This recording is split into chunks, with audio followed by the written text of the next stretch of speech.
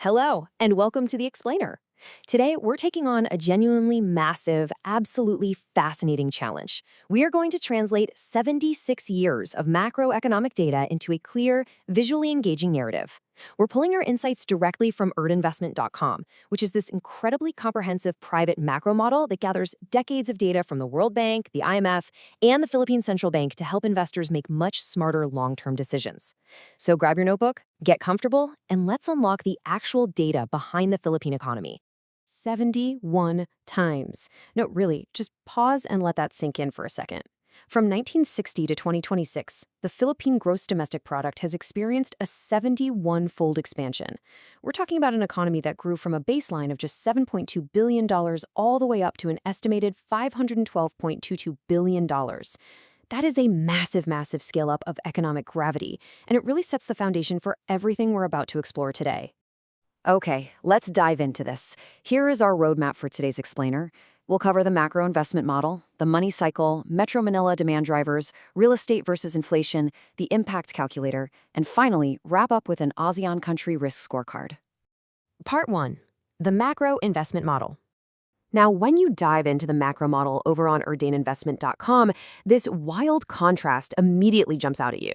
On one side, you have that incredible 71x economic growth we just talked about.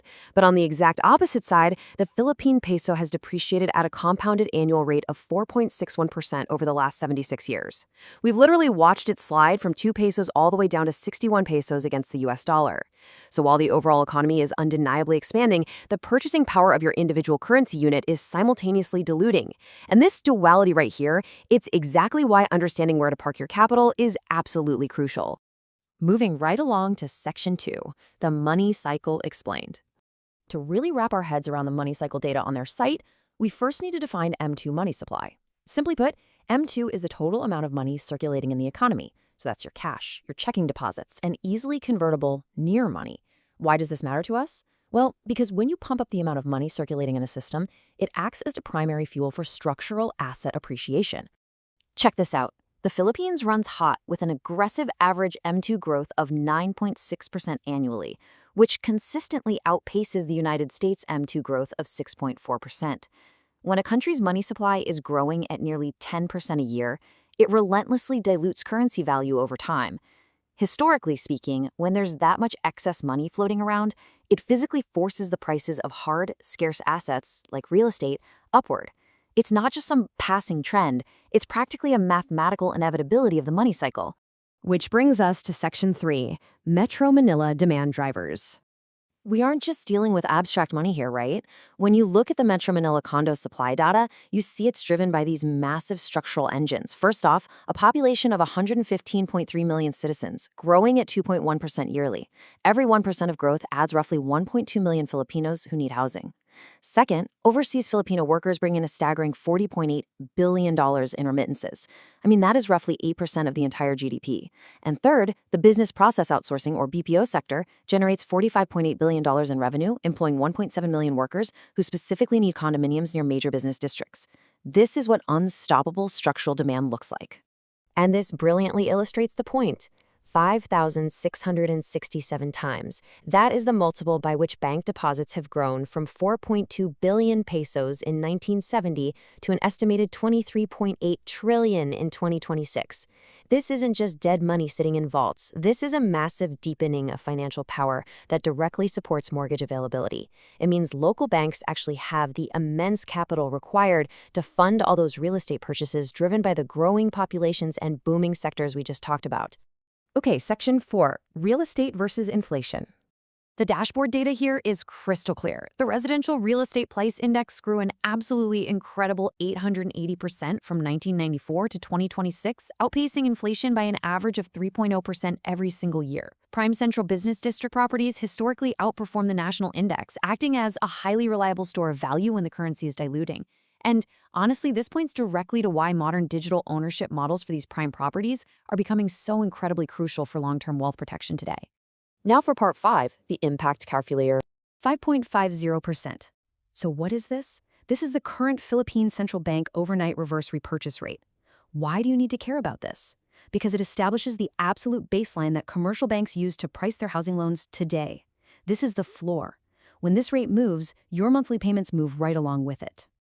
If we actually run these numbers through the impact calculator on yourinvestment.com, the daily cost of just sitting on your hands becomes frankly frightening.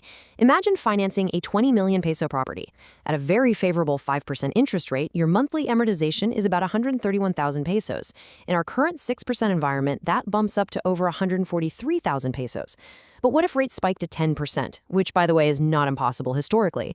Your monthly payment skyrockets to over 193,000 pesos.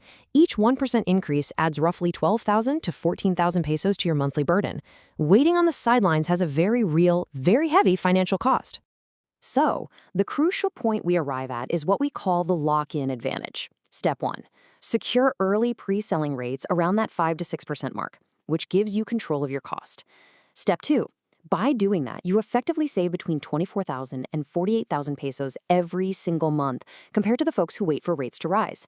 Step 3. Most importantly, you insulate your wealth against future rate hikes and the relentless march of inflation. You're directly leveraging historical macroeconomic data to guarantee massive individual savings for yourself. All right, Section 6, the ASEAN Country Risk Scorecard. When we zoom out a bit and compare the Philippines to its ASEAN neighbors, the structural data tells a really compelling story. The Philippines maintains a solid good rating across the board. You've got a 63.2% debt-to-GDP ratio, a totally manageable 4.1% inflation rate, and a matching 4.1% GDP growth.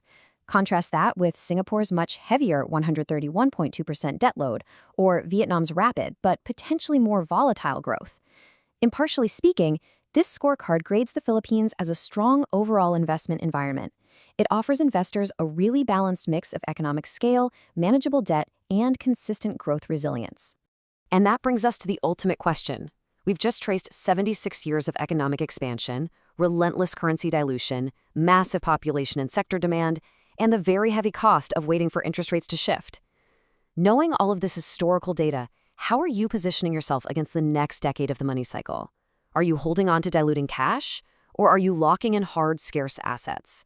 Think deeply about that one, because the cost of waiting is higher than it has ever been. To run your own numbers and explore the models we discussed today, head over to yourdaininvestment.com. Thanks so much for joining me on this explainer, and keep learning.